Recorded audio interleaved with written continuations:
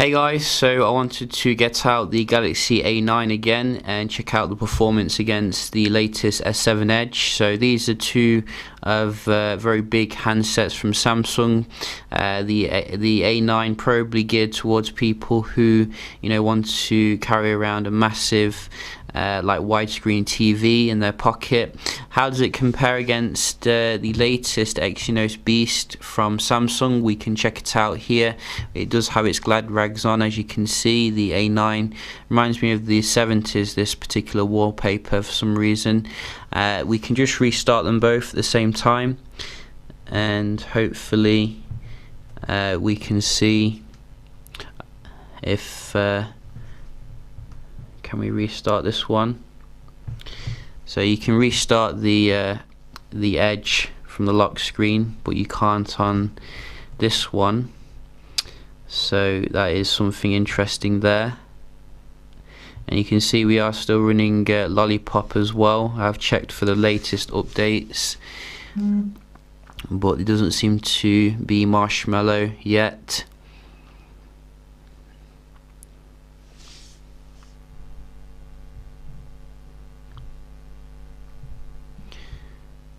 And where's the start noises gone?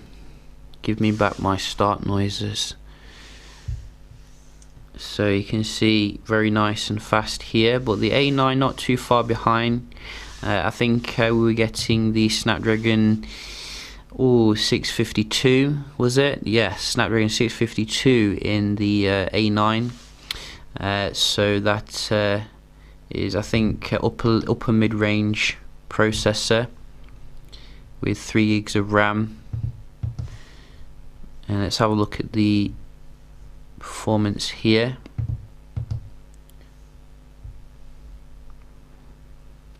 So far the S7 Edge seems to be leaving it behind, if we're to be honest, but that was quite similar, which is nice. Quicker here on the A9 for the dialer. We do have as well messaging, similar. Weather, quicker on the A9 there, which is nice. And camera, about the same. Play Store, do we have the Play Store? Probably a little bit faster here on the right. And we do have a game, World of Tanks. I think we're getting the Adreno 5 series on the A9.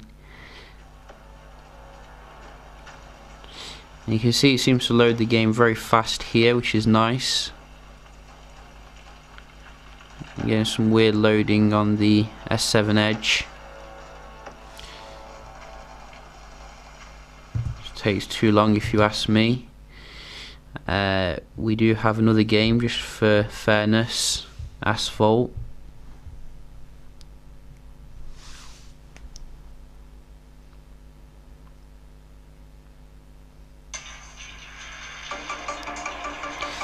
So the Edge doesn't mess around here, which is nice. So I'm probably going to give it to the Edge when it comes to the raw performance, but you probably did expect that. Nevertheless, I've been very impressed with the mid-range offering here from the company known as Qualcomm. This is obviously a mid-range price compared to the S7 Edge, so you're going to be getting some very nice performance overall, with I think there's also a Pro version which comes with an even better processor or more RAM, one of the two. But I'm not getting that because it's too similar. So we can just have a look at the browsing here. Well, not browsing, the web or Wi-Fi speed, shall we say. So this is a very decent speed. and it's not a very busy time, so I'm expecting good speeds here. And you can see very nice as well for the upload, but I think the S7 Edge is going to destroy it, and it does quite nicely there. As you can see, I get more than what I'm paying for with the S7 Edge, you know, that alien technology. And even the upload, beastly. Look at that. So, you know, no questions there who is dominant, but very respectable nevertheless from the A9 Challenger. Can have a look at the web browsing here. So let's have a look here.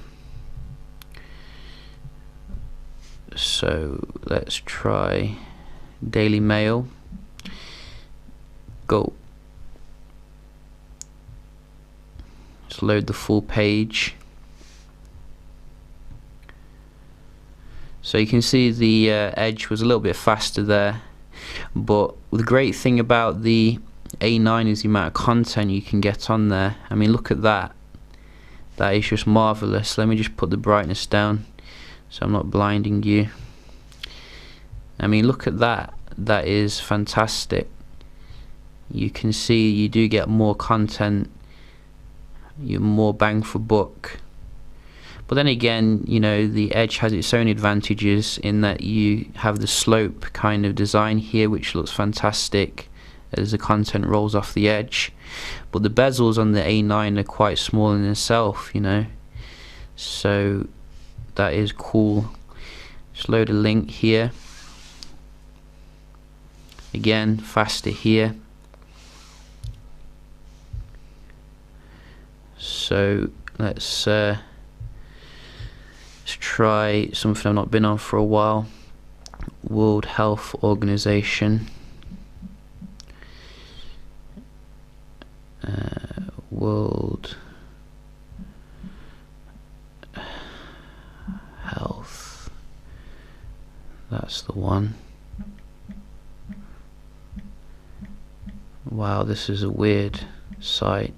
Don't know why this has come into my mind. Let's see here. So that was about the same. Not a huge difference with that. Even the A9 there a little bit nippier. One more, GSM.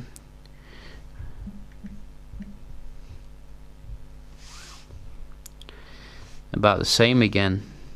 So you can see with these more mobile websites, the A9 keeps up very well. It's just the big kind of websites which have lots of content that you get the raw power here from the latest boy. Let's have a look at the multitasking.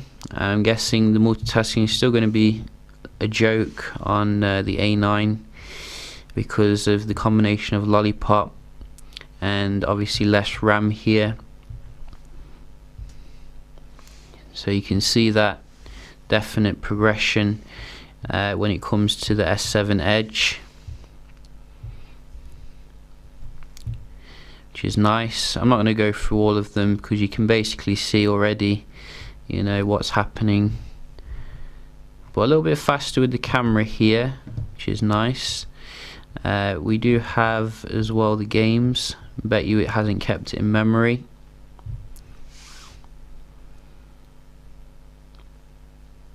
So you can see this is fast to resume here, and with the other one